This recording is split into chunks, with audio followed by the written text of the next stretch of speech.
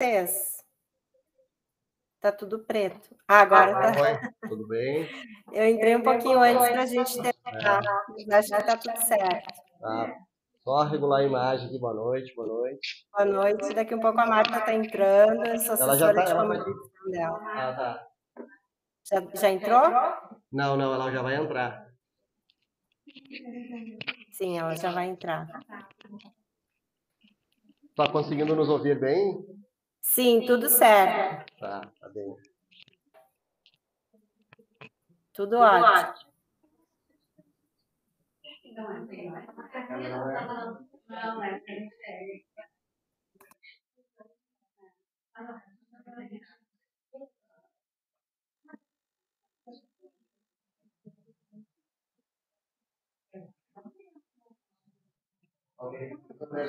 Ela já vai entrar, tá?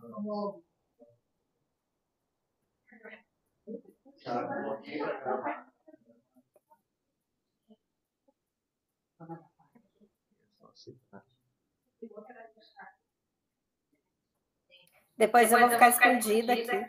Tá bem. Tá? Tá. A gente corta essa parte. Acho que depois tem que mandar, né, Rogério? Oi? Depois tem que mandar essa gravação, né? Pois é, eu combinei com a Maria Amélia para ela tentar salvar aí. E eu vou tentar gravar aqui também, para a gente ter duas opções, né? Tá bom, combinado. Tá? Combinado daí? Isso. Vamos tentar fazer duas Combinado. tentativas para tentar ter a captura e salvar a aula, tá? Tá certo. Tá bom. Oi, Martinha. Oi, pessoal. Oi, tudo bom, Mar? Boa noite. Tudo bom? Que turma, hein? Claro, a gente quase lotou o ginásio, não deu tempo. Vai faltar espaço. Opa! Tá bom, Mar? A próxima eu vou presencial, então. Muito bem, tá convidadíssima. Convidadíssima, pode vir. Estamos aguardando. Que legal, que bom, gente. Tá. Marta, então, eu sou a Maria Amélia. Aqui eu fiz o contato contigo, a gente não se conhece pessoalmente, né, através dos pacientes. E, de verdade, assim, eu estou há um tempo trabalhando com o TDAH, eu não sou de Caçapava, eu venho trabalhar aqui e fui encontrando parceiros com o decorrer do trabalho, assim, e fui para Goiânia fazer o curso, o simpósio que teve, né, e aí voltei, encontrei a Patrícia, né, uma parceira de trabalho, que veio conversar sobre alguns pacientes e alunos que ela tem em comum, que são teus pacientes também. E a gente entrou numa ideia assim, bom, então vamos conversar com os professores sobre, vamos conversar com quem. E daí eu tenho um paciente que diz assim, Dona Maria, quando a gente quer alguma coisa, a gente pede para o universo. Ok, vamos ligar para a Marta para ver o que o universo diz, pelo menos ela me indica alguém, faz alguma coisa. E tu concordou prontamente. Eu disse, Patrícia, tu tem 10 minutos para combinar com o Rogério, que é o diretor, que entrou na nossa também. E aí eu brinco com o Rogério, que disse, acho que ele estava tomando banho. Então tá, vamos, Dias, vamos. Depois é que você deu por conta do nosso público que todo que tem, né? Que legal. Então, nós estamos aqui para te ouvir, eu vou te passar para a Patrícia, né, Tá. que é a parceira aqui da Coeducar. De verdade, essa escola não foi escolhida, foi ela que nos escolheu para falar sobre esse assunto. Porque às vezes as pessoas me perguntam, mas por que a Coeducar? Foi porque quem foi pedir para falar, entendeu? Mas eu vou te passar para a Patrícia aqui. Tá bom, muito obrigada. Oi, tudo bem? Boa noite. Então, sou a Oi, Patrícia, parceira, então, da ideia, então. Não vou tomar muito o tempo para nós aproveitar muito esse horário, esse tempinho que nós temos, né? Então, é um prazer, Marta, né, tê-la aqui conosco, né, com essa fala tão importante. Eu sou educadora especial aqui da escola, trabalho no AE, compartilho o AE com a nossa psicopedagoga Daiane Correia, que está ali atrás. Levanta a mãozinha, Dai. Então, nós temos, então, um público, né, assim, que é eu atendo o público-alvo da educação especial e ela atende, né, o público que fica da psico, né. Então, nós estamos aí para ouvi-la, né, e é um prazer imenso todo essa conversa que com certeza vamos aproveitar muito essa noite. Eu acho que, Marta, precisa dizer, eu sou psicóloga. Mas agora a gente vai ter que passar o Rogério, que foi na teia toda, foi entrando, que é o diretor da Ecoeducar, que assumiu conosco a nossa ideia, tá bom? Tá ótimo. Obrigada, meninas. Então, uma satisfação receber. Acho que tu não tá aparecendo, não tá vendo? Pontinho. Aí eu te enxergo, Rogério.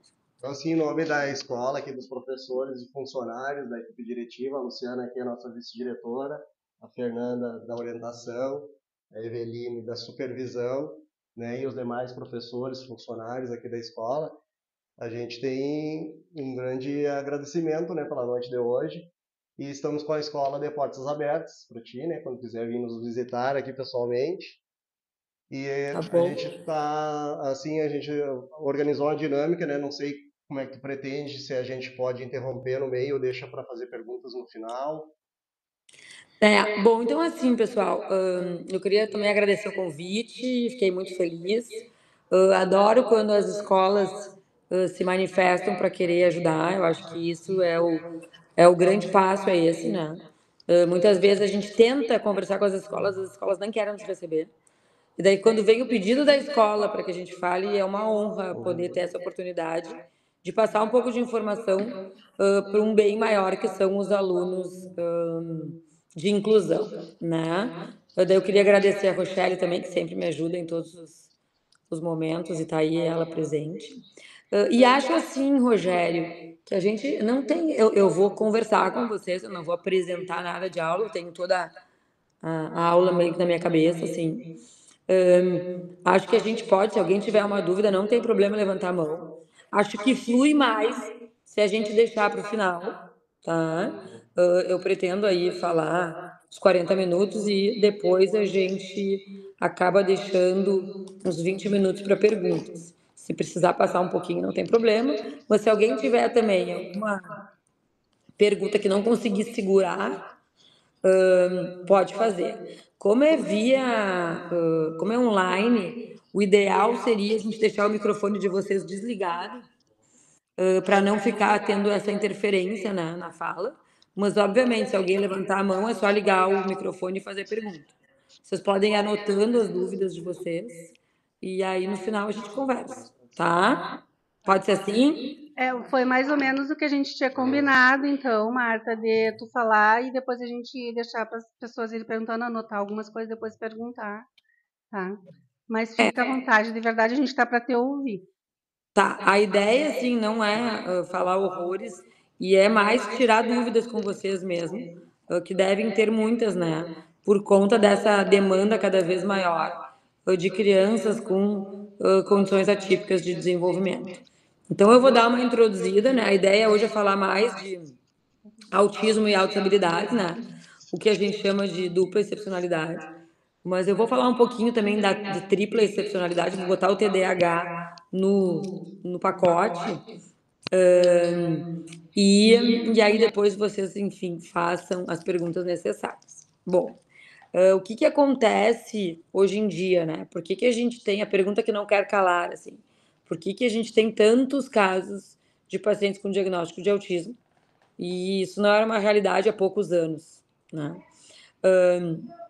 E a resposta, ela é mais simples do que parece. A resposta é porque os critérios diagnósticos mudaram, tá? Então, eu não me lembro exatamente quando entrou o CID-11 e o DSM-5, especialmente, mas eu acredito que não faça mais do que 5 anos, tá? Que existiu, de uma forma internacional, uma mudança de critérios diagnósticos. E aí a gente sai de uma leva de diagnósticos de síndrome de Engelmann, de síndrome de Rett, de autismo atípico, de transtornos globais do desenvolvimento, autismo típico, Asperger, que era a classificação antiga, para uma classificação nova, em que a gente tem autismo, ponto. Nível 1, 2 e 3, suporte. E aí, isso faz uma grande modificação no cenário de diagnósticos. Por quê? Porque a gente começa a abraçar pacientes, crianças, adultos, jovens, que antes não tinham esse diagnóstico. e que passam a ter. Por quê? Porque nessa condição, especialmente em que entra o nível 1 de suporte, o que a pessoa precisa ter para ser autista? Alguma condição de socialização inadequada. Lembrando que uma socialização inadequada não é não socializar. Às vezes até é socializar demais, né? Uma criança que não tem muitos critérios, que chega na escola dando oi para todo mundo, que conversa com todo mundo, que abraça, que beija, que é inadequada do ponto de vista social, tá? Essa criança antigamente nunca seria considerada autista. O que a gente teria, entre outras características, mas o que a gente teria dizendo, não, meu filho nunca é autista porque ele fala com todo mundo. Hoje em dia a gente sabe que a gente tem autistas que falam com todo mundo. A mesma coisa a questão do afeto. Ah, não, os autistas são aquelas crianças que não têm nenhum tipo de relação de afeto com as outras pessoas. Isso a gente sabe que não existe nos níveis 1, até nos níveis 3 de suporte, mas especialmente nos níveis 1 de suporte. Muitas crianças são extremamente afetivas, especialmente com as pessoas mais íntimas. E aí, mais características que a gente viu e que a gente sempre vê, mas que hoje são interpretadas de uma forma um pouco diferente. Como, por exemplo, movimentos repetidos e estereotipados. A gente só considerava a ponta do pé, o balançar de corpo e os flappingzinhos de mão. Hoje a gente sabe que às vezes roer a unha é considerado uma estereotipia, que arrancar a pelezinha do dedo é considerada, muito obrigada, uma estereotipia, que algumas coisas que pareciam cacuetes são consideradas estereotipias. Assim como a questão das questões sensoriais, o som, o cheiro, o gosto, a sensação lá de dentro da barriguinha, assim. A criança que não sabe identificar se quer fazer cocô, se quer fazer xixi, se está com fome, se está com sono, e que simplesmente se desorganiza por não entender o que é isso, né? Que a gente chama de interocepção. E essas coisas também são consideradas hoje em dia características de transtornos atípicos do desenvolvimento. Então, mudou completamente o critério de que antes a gente tinha como diagnóstico de autismo aquele serzinho ou serzão que se balança, que não fala, que não demonstra afeto, que vive no próprio mundo. E hoje a gente tem várias pessoas com um perfil muito diferente desse. E aí existem esses comentários e essas críticas de que agora está um exagero nos diagnósticos. Não é, a verdade não é que está um exagero a quantidade de diagnóstico. A verdade é que se faz diagnósticos que não se fazia antigamente, tá? Então, o porquê de ter aumentado tanto? Por que antes a gente na escola não tinha quase nenhum aluno de inclusão? Hoje a gente tem 3 por sala. Por isso, tá? E isso que eu estou falando só de autismo. Eu não cheguei no TDAH, eu não cheguei na superdotação. Então, só de autismo é por isso. Hoje, quando eu vejo, eu tenho 47 anos, quando eu vejo os meus colegas de escola, e às vezes eu converso com os meus colegas que eu ainda sou próxima, eu estudei numa escola que tive os mesmos colegas a vida inteira, tá? Claro, poucos entraram e saíram, mas aquelas escolas que não faziam mistura de turma, assim. Então, eu entrei na pré-escola e saí quando acabei o ensino médio. Então, tive colegas que foram meus colegas da pré-escola até o ensino médio. E a gente fala, e a fulana, como é que é? A fulana era autista. O que ela era? Ela era esquisita, ela era estranha, ela era nerd, ela era bobada, ela era retardada, ela era mongoloide. Esses eram os termos que a gente usava para fulana. E hoje em dia, se eu vejo a história da fulana e tento me lembrar de como a fulana era na sala de aula, eu vejo que a fulana era autista. Talvez com altas habilidades, né? Os TDAH, os mal educados. O fulano era baita do mal educado. O fulano era um sem limite. Fulano era um TDAH. Tá? Então, a gente tinha essas pessoas em sala de aula, mas essas pessoas não tinham diagnósticos, tá? Ou tinham só apelidos, né? E muitas vezes estavam no AEE, mas sem saber muito porque talvez seja um retardado, tem um QI baixo, era isso que assim que a gente usava. E hoje isso tudo mudou. Então, sim, na sala de aula de quem é professor há mais tempo, já tinham os níveis 1 de suporte, só não tinham essa identificação. E aí não existia todo um aparato que envolve essas crianças, que hoje, por sorte nossa, de vocês, especialmente deles, existe um movimento que faz com que esse aparato seja cada vez mais necessário e exigido, porque são crianças que de fato precisam de uma assistência especial.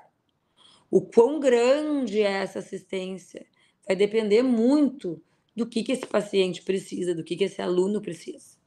Tem alunos níveis 2 e 3 de suporte que precisam de pouco apoio, por exemplo, em ambiente escolar, mas níveis 1 de suporte que precisam de um apoio estratosférico, por mais incrível que isso pareça. Eu diria para vocês hoje que muitos alunos níveis 1 de suporte que não estão conseguindo frequentar a escola, de tão desorganizados que eles estão. Mas então como é que eles são nível 1 de suporte? São, porque são crianças orais, verbais, são crianças que têm independência nas atividades de vida diária, que vão ao banheiro sozinho, que se servem de comida sozinho, que escovam os dentes, que sabem se comunicar, mas que estão tão desorganizados que não têm condições de frequentar uma sala de aula sem um suporte específico. E que, inclusive, estão afastados de escolas conceituadas de Porto Alegre, porque ninguém está conseguindo dar esse suporte para eles. E não é por falta de vontade, é por dificuldade mesmo, do sistema, da família, enfim. Então, e isso vai ser cada vez mais frequente, a não ser que esses critérios mudem. E isso pode ser uma surpresa para a gente, né? Pode ser que daqui a 3, 4 anos volte. Não, nível 1 não é mais considerado autismo. Agora, nível 1, tudo é considerado transtorno global do desenvolvimento de novo. Ninguém é visto como deficiência, ninguém tem direito a nada perante a lei. No meu ponto de vista, isso seria um retrocesso bizarro, mas eu não sei o que vai acontecer. E na minha impressão, assim, como uma pessoa que trabalha diariamente, e aí eu digo sábados e domingos também, com transtornos atípicos do desenvolvimento, eu tenho algumas coisas estabelecidas na minha cabeça, como seria uma classificação mais adequada, talvez, para esses níveis 1, 2, 3 de suporte, mas quem sou eu para dar essas ideias? Então eu fico só esperando que um dia alguém, por telepatia, alguém escute os meus pensamentos e consiga reclassificar algumas coisas aí. Mas, enfim, quando a gente fala de transtornos atípicos do desenvolvimento, a gente está falando especialmente de autismo, que é o mais conhecido, mas a gente está falando também de TDAH, transtorno de déficit de atenção, hiperatividade e impulsividade, e das altas habilidades, superdotação. E por que esses três? Por que a gente escolheu esses três para falar quando a gente fala de transtorno atípico do desenvolvimento? Porque eles são intimamente ligados, tá? E por que eles são intimamente ligados? Porque eles têm a mesma origem genética, tá? Então, hoje a gente sabe que os autistas, que os superdotados e que as crianças com déficit de atenção e hiperatividade, elas têm mutações genéticas em até 90% das vezes, e essas mutações são as mesmas. Existem mais de 200 genes já identificados que, quando mutados, e a mutação pode ser mínima ou pode ser enorme, vão aparecer características nas crianças com essas mutações, que podem ser características de autismo, ou de TDAH, ou de altas habilidades, ou de 2 dessas 3, ou de 3 dessas 3. Tá? Então, por isso que existe uma sobreposição de sintomas. Mas às vezes é tão difícil, doutora, da gente saber. A gente acha que ele é só TDAH, mas como é que me disseram que ele é autista também? Porque às vezes é muito difícil. Às vezes é muito difícil, especialmente nos níveis 1 de suporte, a gente saber exatamente o que eles têm. Por isso que quando essas crianças chegam num consultório, às vezes fica muito fácil para mim, às vezes fica muito difícil. E quando fica difícil, o que eu tendo a fazer? Eu tendo a pedir uma avaliação neuropsicológica, um psicodiagnóstico. Para quê? Para que escalas específicas sejam usadas para a gente conseguir estabelecer os critérios ipsis literis de cada uma dessas condições. E a gente conseguir dar um retorno para a família de um diagnóstico correto. Não que isso vá mudar muito o tratamento, tá? E aí eu digo tanto tratamento comportamental, quanto tratamento educacional, quanto o tratamento medicamentoso. Porque a gente trata sintomas, a gente não trata condições. Mas vai mudar um pouco a visão das pessoas e o entendimento das pessoas em relação àquele aluno, àquela criança, aquele jovem, aquele adulto, tá? Então é importante a gente saber se é só autismo ou se tem TDAH ou as habilidades também. É importante porque isso muda um pouco a figura e o entendimento de características que às vezes não são tão similares. Mas a gente pode, por exemplo, ter um aluno com TDAH que tem dificuldade de socialização? Tem. Você sabe melhor do que eu disso. Tem aqueles hiperativos impulsivos que ninguém quer conviver. Porque estão sempre batendo, estão sempre empurrando, estão sempre sendo inadequados.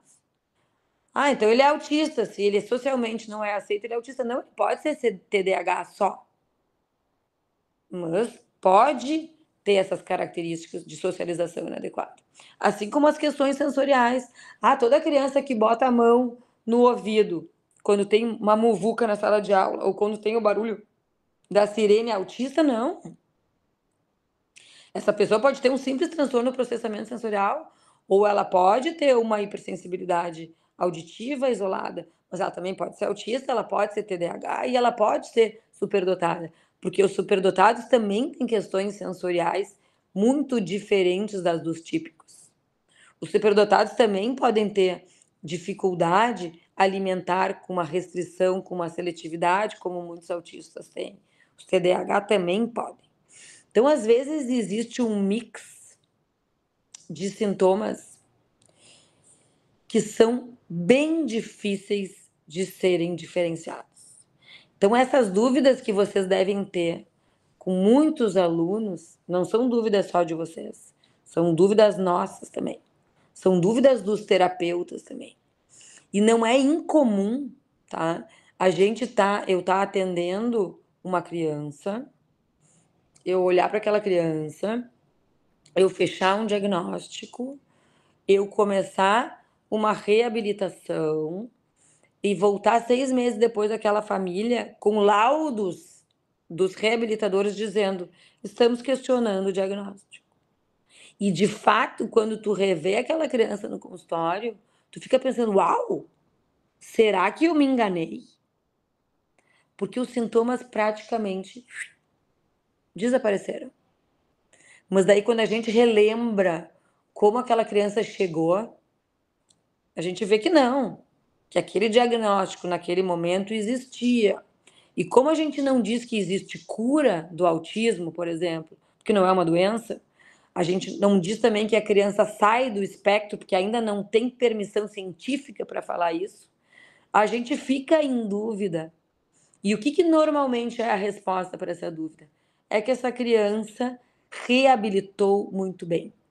Ela tinha condições cognitivas e comportamentais para responder, provavelmente, uma reabilitação muito bem feita. E os sintomas viraram desse tamanho. E isso não é incomum no consultório, tá? O que é incomum no consultório? A gente vê piora. Isso é incomum. A não ser as crianças que são níveis 3 de suporte e que são níveis 3 severos, não existe esse termo, mas para vocês entenderem, crianças não verbais, agitadíssimas, auto e heteroagressivas, com fralda ainda, crianças de 12, 13 anos, que não conseguem nada, normalmente com síndromes genéticas já estabelecidas. Às vezes a gente tem piora dessas crianças, porque a gente começa a medicar e as medicações vão se acumulando e aquelas respostas vão sendo piores, a gente tem medo de tirar remédio e piorar ainda mais, então a gente põe mais remédio e fica uma grande confusão. E esses casos a gente tem, às vezes, uma piora. Mas esses casos provavelmente não estão aí com vocês. Esses casos já são casos que estão na PAI, ou são casos que já estão em casa. Não são casos que estão numa escola regular. Agora, os casos que estão numa escola regular são normalmente crianças que vão melhorando ao longo do tempo. A não ser que a equipe de reabilitação seja péssima ou que a família seja extremamente negligente, é muito difícil a gente ver piora dessas crianças, tá? Bom, então assim, o que eu gostaria de passar, que eu fico pensando assim, eu não vou ficar falando só de... Eu vou dar uma pincelada em TDAH e altas habilidades agora, tá? Mas eu vou me focar mais no que eu gostaria de passar para vocês como professores, que é a mensagem que eu gostaria de falar no Jornal Nacional para todos os professores do Brasil, tá? E acho que essa é a ideia principal hoje, assim. Mas antes de eu entrar nessa mensagem, eu vou falar um pouquinho de TDAH e de altas habilidades. Bom, TDAH, tá? Os critérios diagnósticos também mudaram, não tão radicalmente quanto os critérios diagnósticos de autismo. O que a gente tem hoje é um jogo de cintura maior para fazer o diagnóstico. Antes, a gente tinha que ter o questionário SNAP respondido pela família e pela escola, fechando os critérios diagnósticos, senão o diagnóstico não era feito. O que aconteceu com a pandemia? A gente perdeu o parâmetro escola, porque online os professores não sabiam avaliar essas crianças. E a gente começou a ter muita queixa de pais. O meu filho não consegue ficar parado à frente do computador, ele se mexe, ele pula, ele sai, ele dá uma redemoinho, ele volta, ele pega a bola de futebol. E começou a haver muita queixa de desatenção e de hiperatividade dos pais, e a gente não tinha os professores para nos dar esse respaldo. De fato, essa criança é extremamente agitada. E a gente teve que começar a ajudar essas crianças na época da pandemia e considerar o relato dos pais apenas. E aí a gente começou a ver que não necessariamente a criança se porta igual em todos os ambientes. Muitas vezes ela se porta muito diferente, inclusive, nos dois ambientes.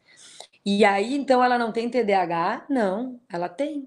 Mas ela tem TDAH que aparece diferente em casa, na escola, nas terapias.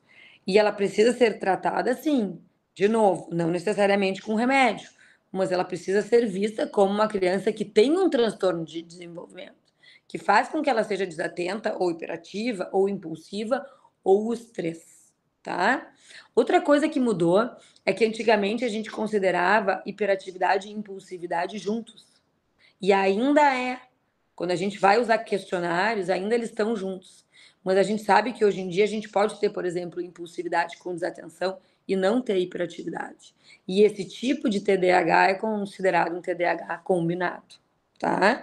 Ah, não, ele é super impulsivo, mas ele não é nada hiperativo. Então ele é só desatento? Não, ele é desatento e impulsivo.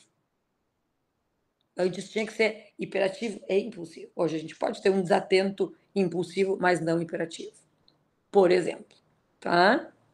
Bom, o tratamento de cada uma dessas condições, gente, é muito pessoal, tá? Eu não vou falar de medicação, eu não vou falar disso porque, assim, cada caso é um caso. Tanto para o TDAH, quanto para o autismo, como para a superdotação. Ah, mas tem tratamento superdotação? Não. A única dessas três condições que tem tratamento é o TDAH. As outras, a gente trata sintomas disfuncionais. Um autista que é agitado, que é agressivo, às vezes precisa ser medicado. Um superdotado que é extremamente rígido, às vezes precisa ser medicado. Então, a gente não trata a superdotação e o autismo, a gente trata os sintomas disfuncionais dessas pessoas, tá? O TDAH é um pouco diferente, porque se o TDAH é isolado, não tem autismo ou altas habilidades, a gente sabe que as medicações funcionam muito bem. E aí, muitas vezes, se existe um prejuízo social ou acadêmico nessa criança, existe indicação de medicar, tá? E as altas habilidades e superdotação, que acabam sendo um mundo novo para nós, né? Não tanto para mim, que já estou nessa caminhada há mais tempo, mas para vocês, professores, que Raramente tinha um aluno que tinha um diagnóstico de superdotação. E agora tem alunos que têm diagnóstico de superdotação e às vezes vocês nem veem essa superdotação. Mas aonde que está a superdotação dessa criatura, gente? Não sei onde é que viram superdotação aqui. E a criatura tem uma superdotação. Por quê? Porque ser superdotado não é necessariamente ser academicamente superior. Às vezes, ser superdotado é ser fisicamente superior, esportivamente superior. É ser criativamente superior. É ser emocionalmente superior. Ou é ser intrapessoalmente ou interpessoalmente superior. Ou mesmo ser intelectualmente superior. Então, aquele critério de que para tu ser superdotado, tu tem que ser genial, ele desapareceu.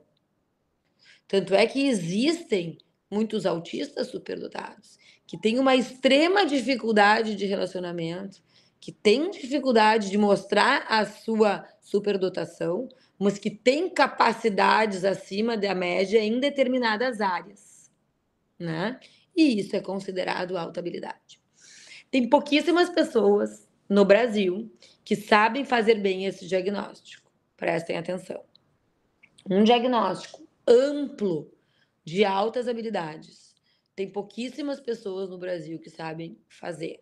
O que a maioria dos neuropsicólogos sabe fazer é um diagnóstico de altas habilidades acadêmicas, tá? Que são as que vocês mais veem na escola. Crianças com QI acima de 130, tá? Esse é um diagnóstico que a maioria dos neuropsicólogos tem condições de fazer. Agora, saber se esse paciente tem altas habilidades visoespaciais, a maioria ainda não tem. Tem muita gente atrás dessa formação, fazendo essa formação. Então, a gente ainda tem um número de superdotados inferior ao que a realidade vai nos mostrar. Por quê? Porque tem muitos que não estão sendo testados ou que não estão sendo identificados, porque os profissionais ainda não conseguem identificar essas outras habilidades, tá? Então, não se surpreendam se daqui 2, 3, 4 anos isso comece a surgir ainda mais superdotado em sala de aula. E não necessariamente são os gêniozinhos que conseguem fazer problemas de matemática de cabeça, não.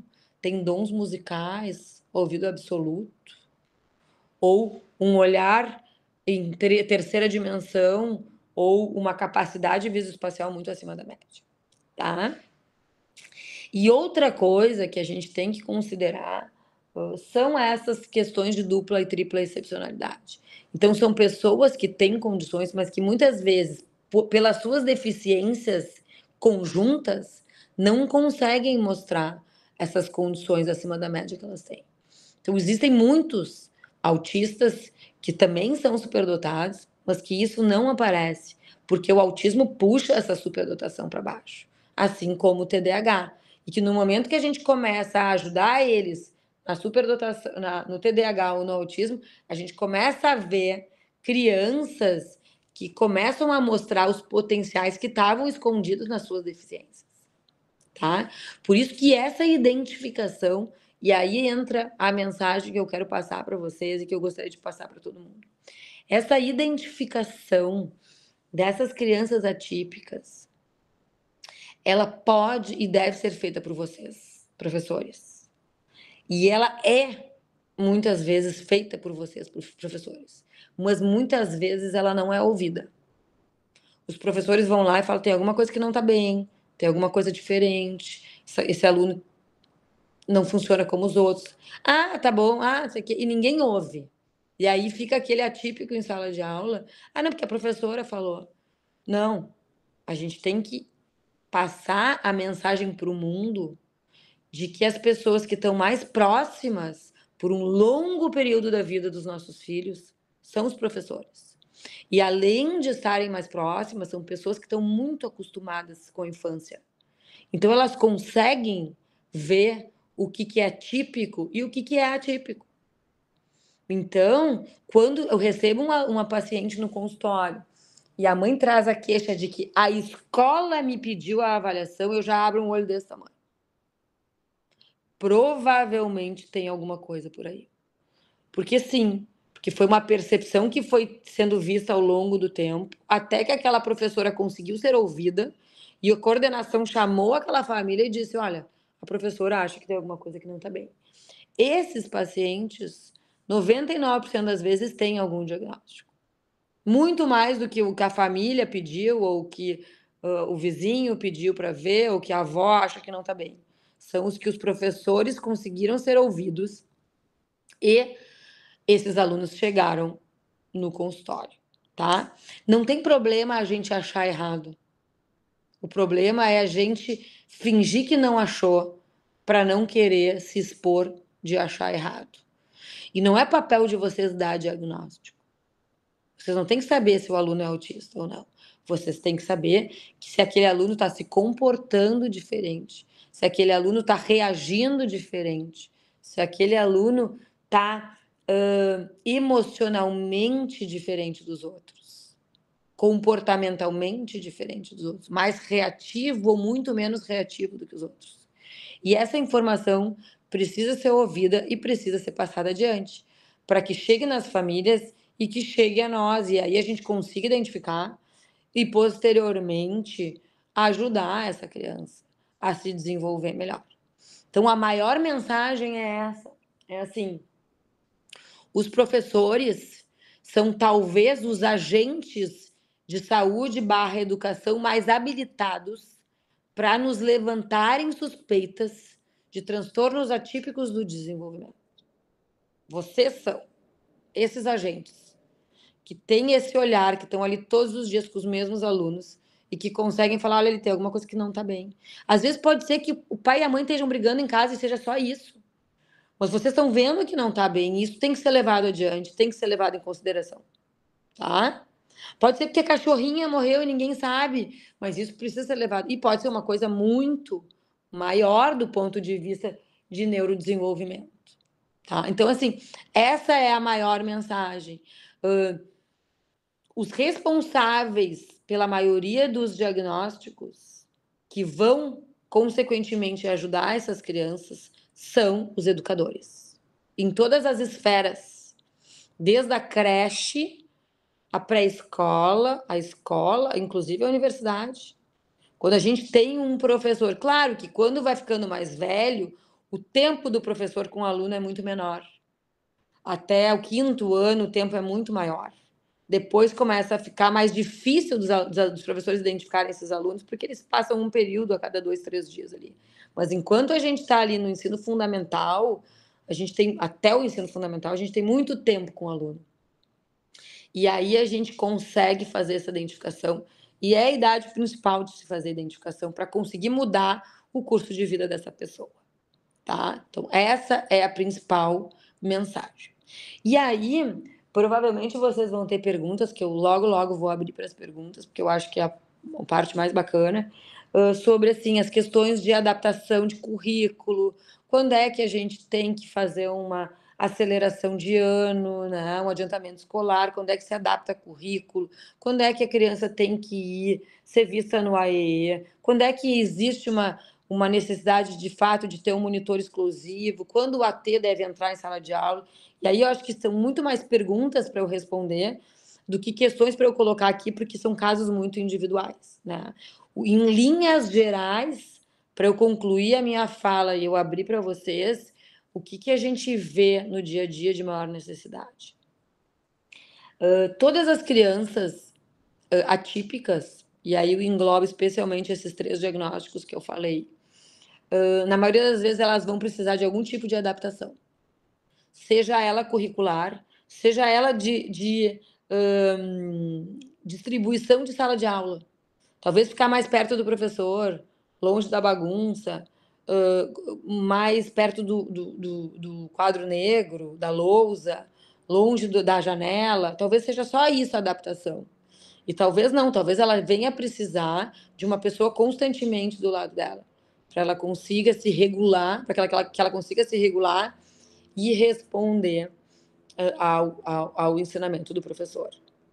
Lembrando que, independente de quem estiver junto de um aluno atípico em sala de aula, o professor é e sempre será a referência desse aluno. Não existe nenhum monitor e nenhum AT que vá substituir o professor. O monitor ou acompanhante terapêutico, ele deve estar lá para dar suporte ao aluno, mas nunca para fazer o papel de professor, tá? Bom, quero abrir aqui para perguntas e, enfim, vou tentar responder o que vier aí de vocês.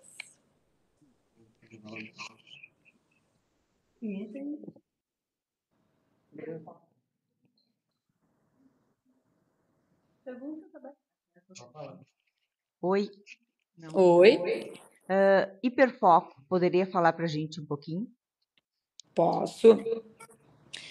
Hiperfoco é um assunto, uma característica que a gente tem nos 3 diagnósticos. Então já começa a importância do hiperfoco aí. Todas as crianças que têm hiperfoco são crianças autistas? Não. Os superdotados podem ter hiperfoco. E as crianças com TDAH também podem ter hiperfoco. E quando existe hiperfoco, a gente consegue identificar um nível de atenção enorme no hiperfoco, mesmo que essa criança não seja autista, e um nível de desatenção em outros assuntos que não o hiperfoco. Então, agora mesmo, antes de entrar aqui nessa conversa, eu estava fazendo uma reunião de equipe em que eu estava perguntando para essa equipe se essa criança estava bem, do ponto de vista medicamentoso, e a fono falou assim, não, Marta, não está bem, porque eu só consigo o nível atencional bom dela quando ela está no hiperfoco. Se a gente sai do hiperfoco, eu perco, eu tenho muita dificuldade de conseguir engajar essa criança de novo. Então, nesse caso, esse menino, ele tem TDAH e autismo, esse que eu estou falando. Mas o hiperfoco, o que é, então? É um interesse aumentado em determinado assunto, que pode ser desde futebol a um jogador de futebol específico, tanto ao Messi, quanto à seleção brasileira, quanto ao futebol em geral, quanto a um tipo específico de peixe. Ele tem hiperfoco em peixe palhaço. Ou até uma coisa muito mais generalizada, como o sistema solar. Então, o hiperfoco pode variar de hiperfoco no diário de banana ao hiperfoco no sistema solar. E ele pode variar dentro dos diagnósticos. E sim, a tendência do aluno com hiperfoco é prestar atenção quando tem hiperfoco e desatender quando não tem hiperfoco. Consegui te responder?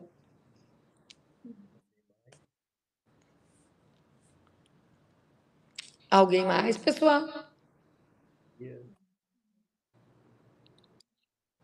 Estão cansadas? Marta, eu acho que todo mundo entendeu muito bem, assim, mas eu quero fazer uma pergunta, assim. A minha experiência, eu trabalho mais com consultório e acaba atendendo uma clientela muito grande com as escolas, que foi onde eu conheci a Patrícia. Né? E tem muita criança com TDAH, e aqui em Caçapava, embora eu não seja caçapavana, nem more aqui, mas eu vejo muitas pessoas com altas habilidades consideradas, assim, não são entendidas, e aí se desinteressam, e aí fica como uma criança relapsa, fica como desinteressada, e às vezes, assim, é uma situação que tem que prestar atenção, assim. Eu lembro, acho que faz um mês, mais ou menos, eu atendi um menino que está no 2º grau já, e não é da coisa do cara da rede pública. Ele chegou com uma queixa de, assim, ele é desligado. Tá? O menino fala 6 línguas. Ele aprendeu por ele, é autodidata. A professora está ensinando fórmula de Bhaskara, ele está estudando o Tratado de Pitágoras. E aí eu fiquei, será que eu nem sei o que falar com ele, né? Mas vamos lá. Mas tem toda uma atenção, às vezes, que o desligamento é algo que precisa ser preenchido com algo que puxe ele mais para alguma coisa de interesse. Não sei se tu tem isso na prática. Não, é exatamente isso, né? Por isso a necessidade, né, da adaptação curricular dos superdotados. Quando eles são identificados, se a gente não adaptar esse currículo e muitas vezes adiantar de ano, a gente vai perder esse aluno.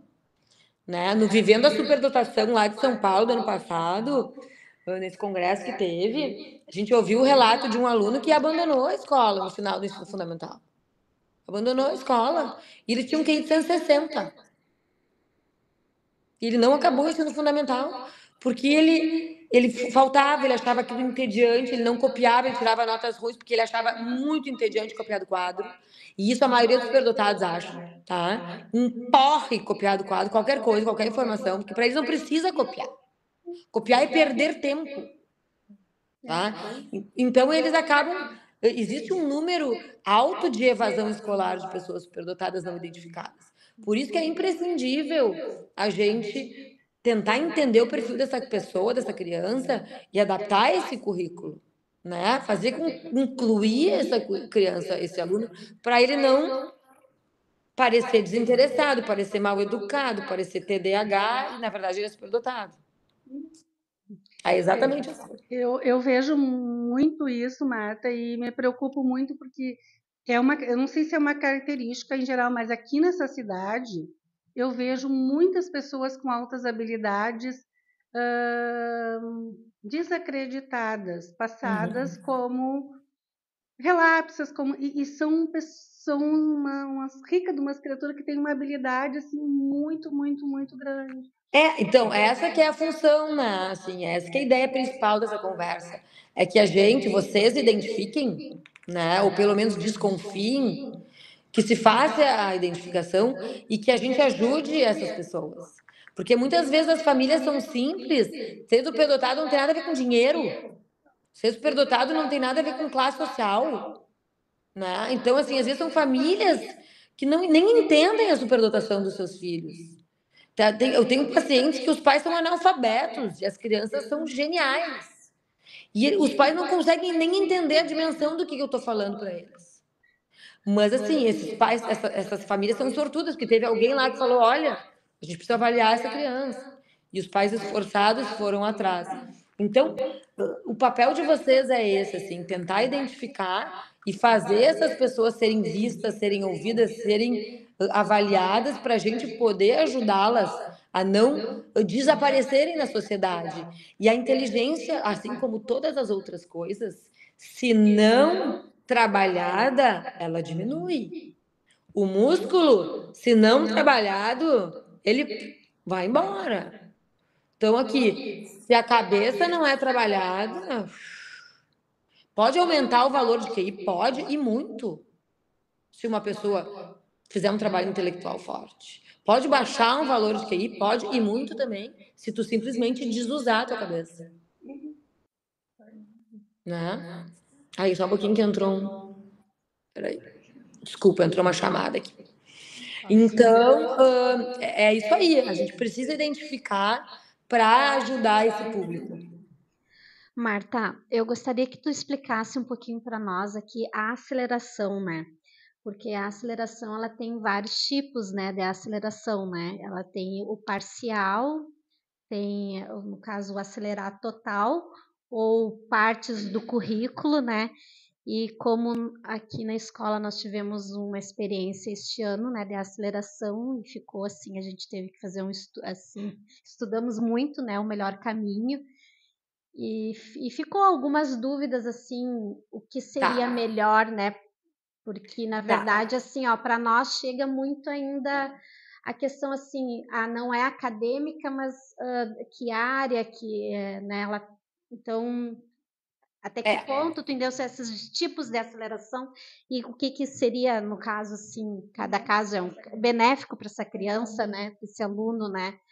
Eu não sou assim, eu não sou a pessoa mais especializada para falar dos tipos de aceleração, tá? Esse trabalho normalmente são de pessoas que estudam isso, psicopedagogas, pedagogas que estudam só altas habilidades e os formatos de aceleração e identificação. Mas pela minha vivência, eu posso falar um pouco para vocês sobre isso, tá? Primeiro lugar, o que fica muito claro na prática clínica é que não necessariamente o QI precisa ser acima de 130 para essa pessoa precisar de algum tipo de adaptação, tá? Eu vejo na prática que muitas crianças com QI acima de 110 já começam a se entediar, muitas vezes em sala de aula, em alguns assuntos específicos.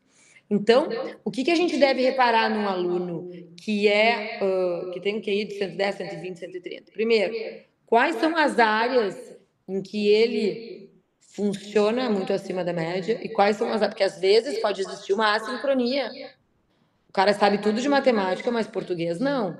Então, essa criança não é uma criança que está apta a uma aceleração de ano, a um adiantamento de ano, mas há uma adaptação curricular para que, por exemplo, quando for matemática e ele acabar antes de todo mundo, ele comece a fazer outras atividades, ou inclusive estudar nesse tempo livre o português que ele não está tão bem.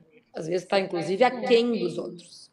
Então, o tipo de aceleração vai depender muito de uma análise minuciosa das capacidades do aluno, tá? Não existe uma regra, tá? Às vezes a gente identifica uma aceleração intelectual global, lógico, matemática global, e daí sim aquela criança tem condições de adiantar de ano. Mas às vezes não, é uma área específica, e aí a gente não pode fazer isso, porque senão ele vai ficar muito aquém dos colegas.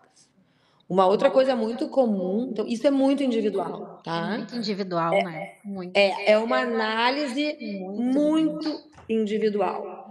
E o que não é muito incomum, tá? É quando a gente tem uma criança que intelectualmente tem condições de acelerar, mas emocionalmente. Ah, sim, é.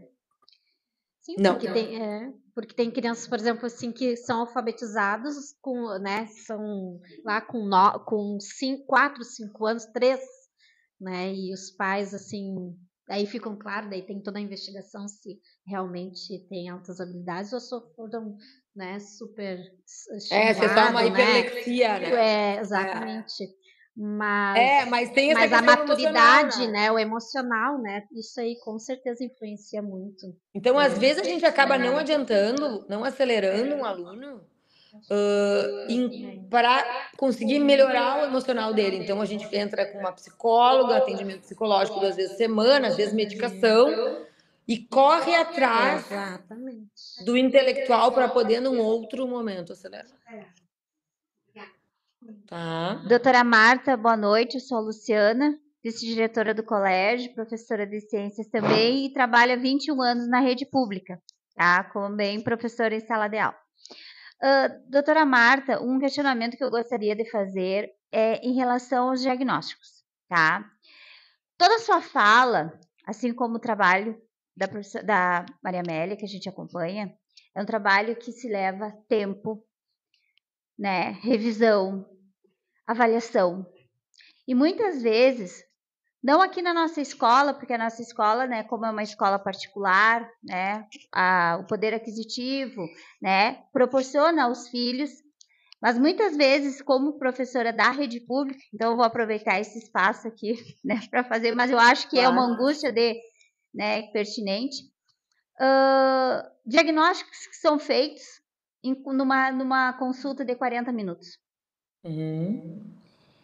Porque a gente sabe a história da criança, a gente sabe que como, né, um professor reconheceu, passou para a direção, olha, alguma coisa, chamamos os pais, conversamos, vamos tentar. Às vezes, né, é necessário, ou pelo Serviço Único de Saúde, que vai conseguir uma consulta, né, e às vezes em uma consulta, o profissional acaba fazendo um diagnóstico, né, é um TDAH ou até mesmo com espectro do autismo. Crianças que a gente sabe que em uma única consulta foi dado o diagnóstico. É claro que nós, em hipótese alguma, poderemos questionar ou não porque é possível um diagnóstico de algo tão importante, né? Então, que demanda depois para a escola um trabalho, adaptação curricular, aquilo vinculado à criança em um curto espaço de tempo. Tá, eu acho essa tua pergunta muito pertinente mesmo.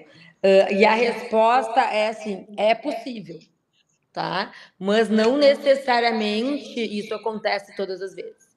Eu tenho pacientes que são primeira consulta, que eu estou atendendo no consultório e que na sala de espera eu já consigo fazer diagnóstico. Nem vi o paciente ainda.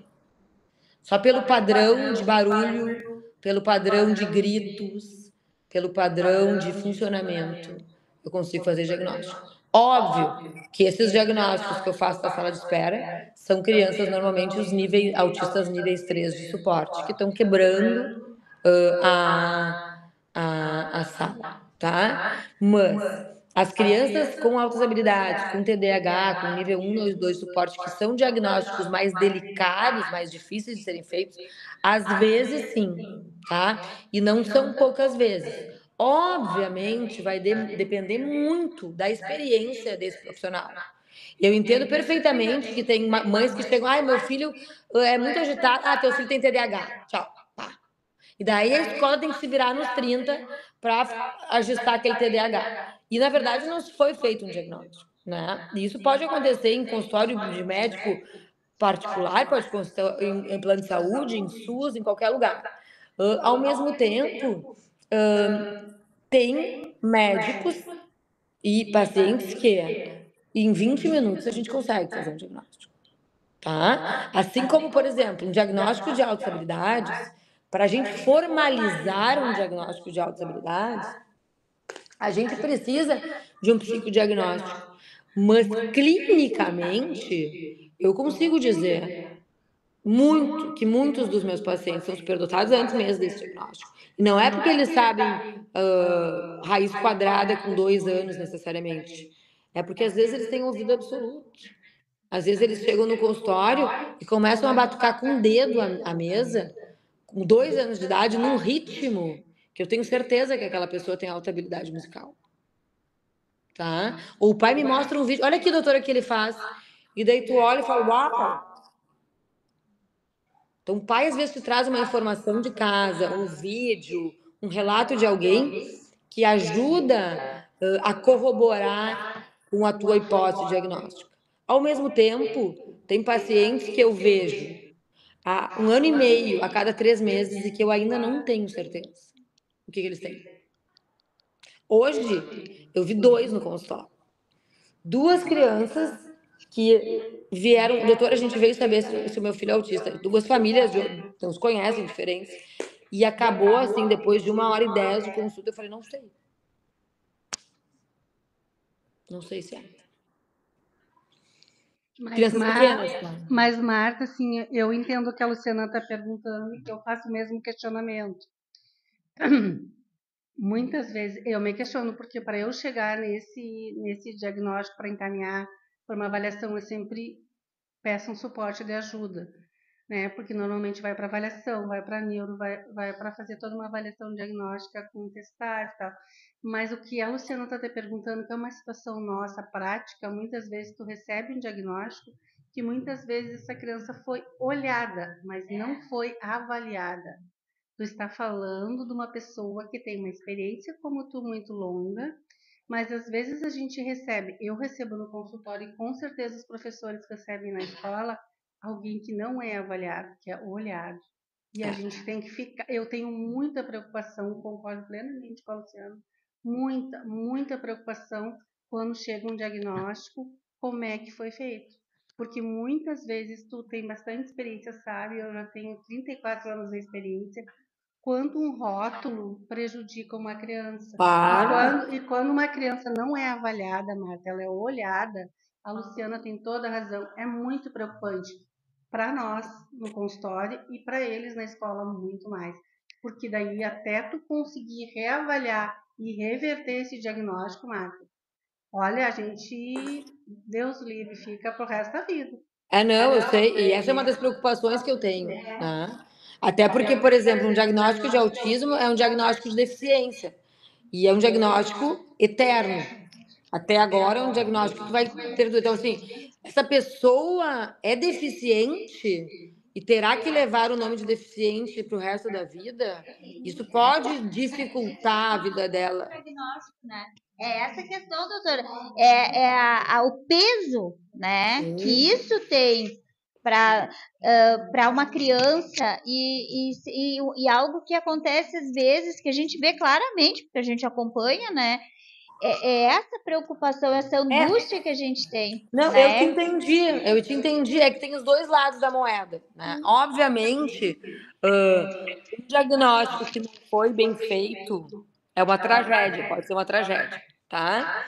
E, ao mesmo tempo, a gente tem a facilidade hoje de ter critérios mais sutis para diagnóstico e conseguir salvar muitas crianças que ficariam perdidas aí.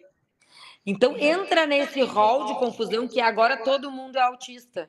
E, de fato, tem um monte de gente que está com o nome de autista que não é autista.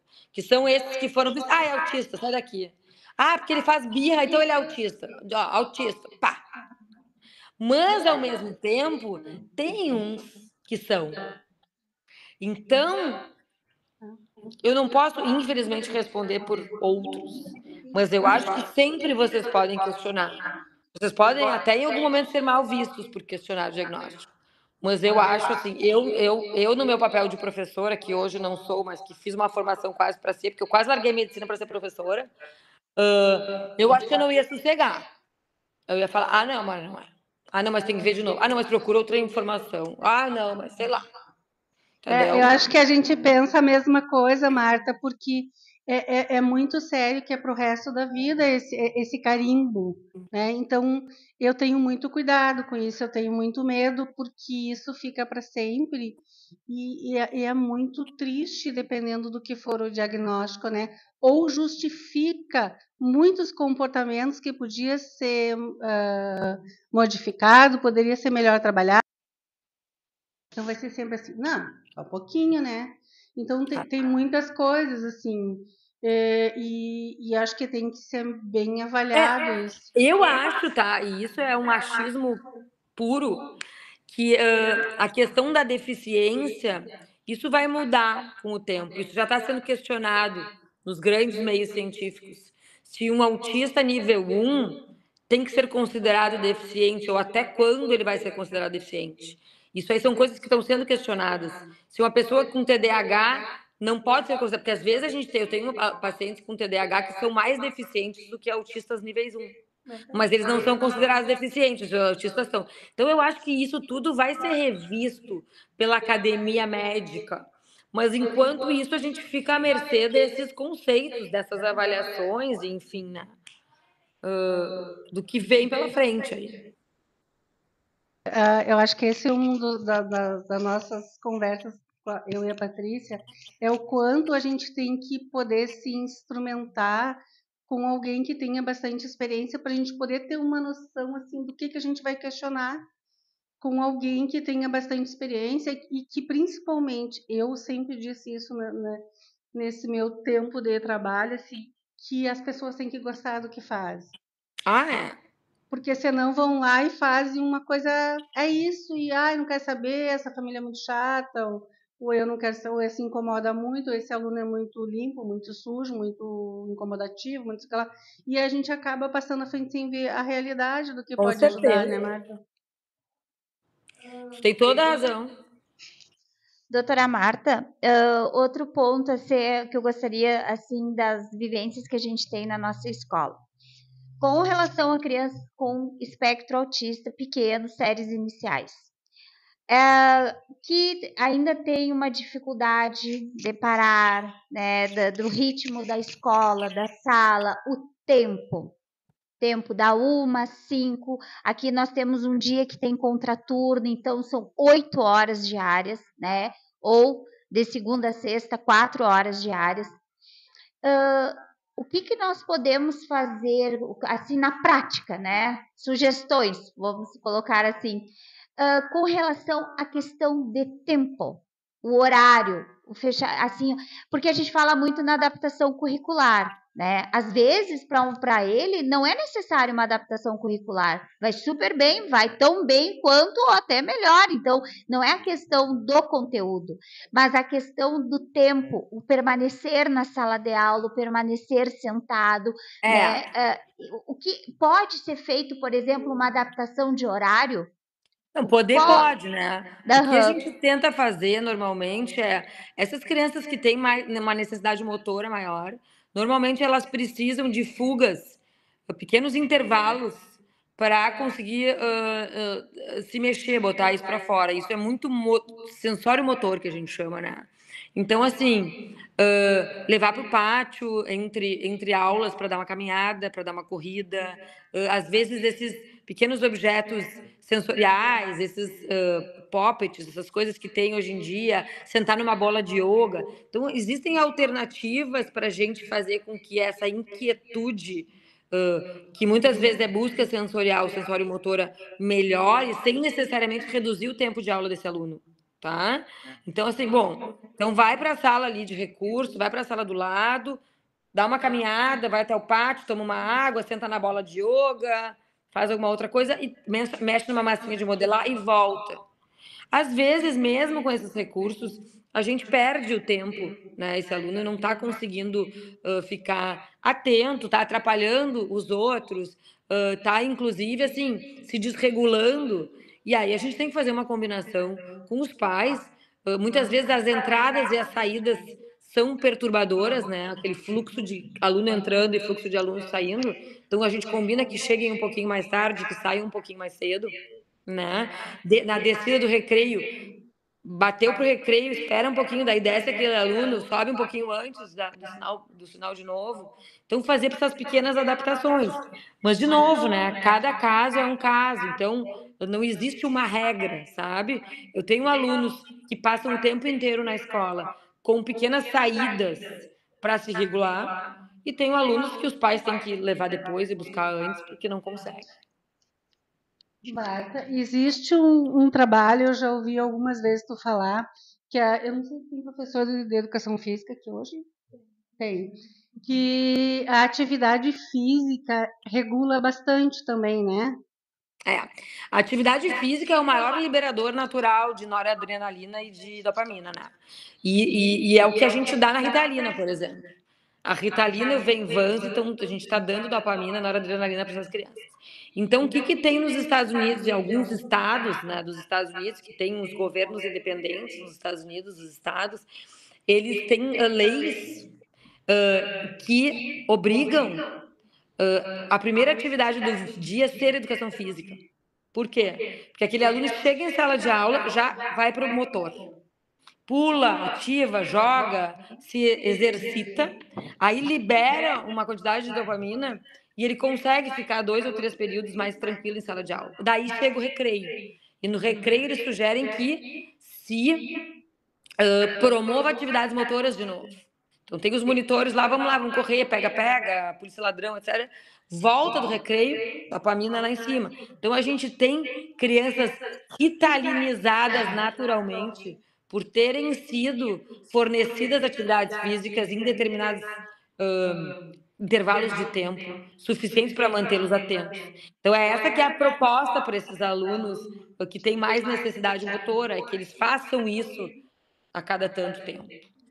Marta, assim, eu não sei se para eles poderem entender melhor um pouquinho, se tu tem um minutinho para explicar como se faz essa produção da dopamina, da noradrenalina, o quanto é importante a atividade física liberar no córtex isso, porque faz com que, porque ninguém tem a obrigação de saber também, né? Mas o quanto faz é importante o córtex recaptar isso para poder funcionar melhor, porque nos dá mais energia, inclusive para a gente, adultos, né? Não só para as crianças. Não, todos esses hormônios positivos, tá? Que a gente chama os hormônios do prazer, que são os hormônios positivos, especialmente a dopamina, a noradrenalina, mas também a serotonina e outros hormônios, neurotransmissores, né? A gente chama de hormônios, mas que são também neurotransmissores. Eles, quanto mais liberação que a gente tem, e aí as medicações entram nisso, às vezes porque fornecem Às vezes porque aumentam o tempo na fenda sináptica, daí o neurônio tem mais condições de captar aquilo ali. Eles ajudam na organização do córtex pré-frontal, que é o córtex que está relacionado a essa necessidade motora, é o córtex que está relacionado ao bom senso, à atenção, a todas as funções executivas. Então, o exercício é a única forma natural, tá? Fora alguns alimentos que a gente sabe que liberam mais, que infelizmente eu não vou ter tempo de entrar nisso com vocês, mas o exercício físico é uma forma natural da gente conseguir essa liberação, sem ter esforços maiores, assim, de terapias, remédios e tal. Então, se a escola conseguir promover esses momentos, especialmente para esses alunos que têm TDAH, ou que têm autismo, ou os que são mais agitados, com certeza a resposta vai ser positiva. Alguém mais, pessoal? Ninguém mais? Todo mundo tranquilo? Bom, eu quero me deixar à disposição, tá? De a gente conversar em algum outro momento, assim, esse horário para mim, dia de semana, acaba sendo bem viável, né? Terças e quartas eu nunca consigo, mas quintas, segundas e quintas são dias que eu consigo me adaptar. E aí, assim, se vocês tiverem outras propostas, outras ideias de conversa que eu consiga ajudar, Toda semana. eu fico... Não, eu tô brincando. Marta, a gente te agradece muito. Olha, é uma grande honra poder te ouvir. Acredito que ajudou muito, assim. Me sinto, assim, pelo menos numa rede que conseguiu poder trazer mais conhecimento, poder ajudar melhor. Se puder toda semana, tu pode nos deixar um horário que a gente aceita. A gente aceita numa boa ajuda, muito boa. Tá? Muito, muito obrigado. É uma honra muito grande te ouvir. Eu que agradeço e espero que vocês consigam usar isso para agregar para os alunos de vocês. A gente agradece muito, né? Que seja a primeira de muitas, né? Que a gente iniciou o ano já cedo, 19 de fevereiro, né? O pessoal parece que é recém está iniciando abril, mas a gente já está quase encerrando um trimestre, Então a gente agradece muito, em nome dos professores do Colégio Coeducar. Não sei se alguém tem mais uma pergunta. Muito obrigada, pessoal, e eu estou sempre à disposição. Se tiverem perguntas, podem me mandar no direct do Instagram e eu vou conversando com vocês. Bem. Tá bom? Bom trabalho. Ô, Marta, quando tu quiser vir a Caçapava, a gente arruma o auditório. Combinado. Tá bom? Um beijo, obrigada. Obrigado a Rochelle, que está escondida aí. Tchau. Tchau. Espera um minutinho, mulher. Agora, como diz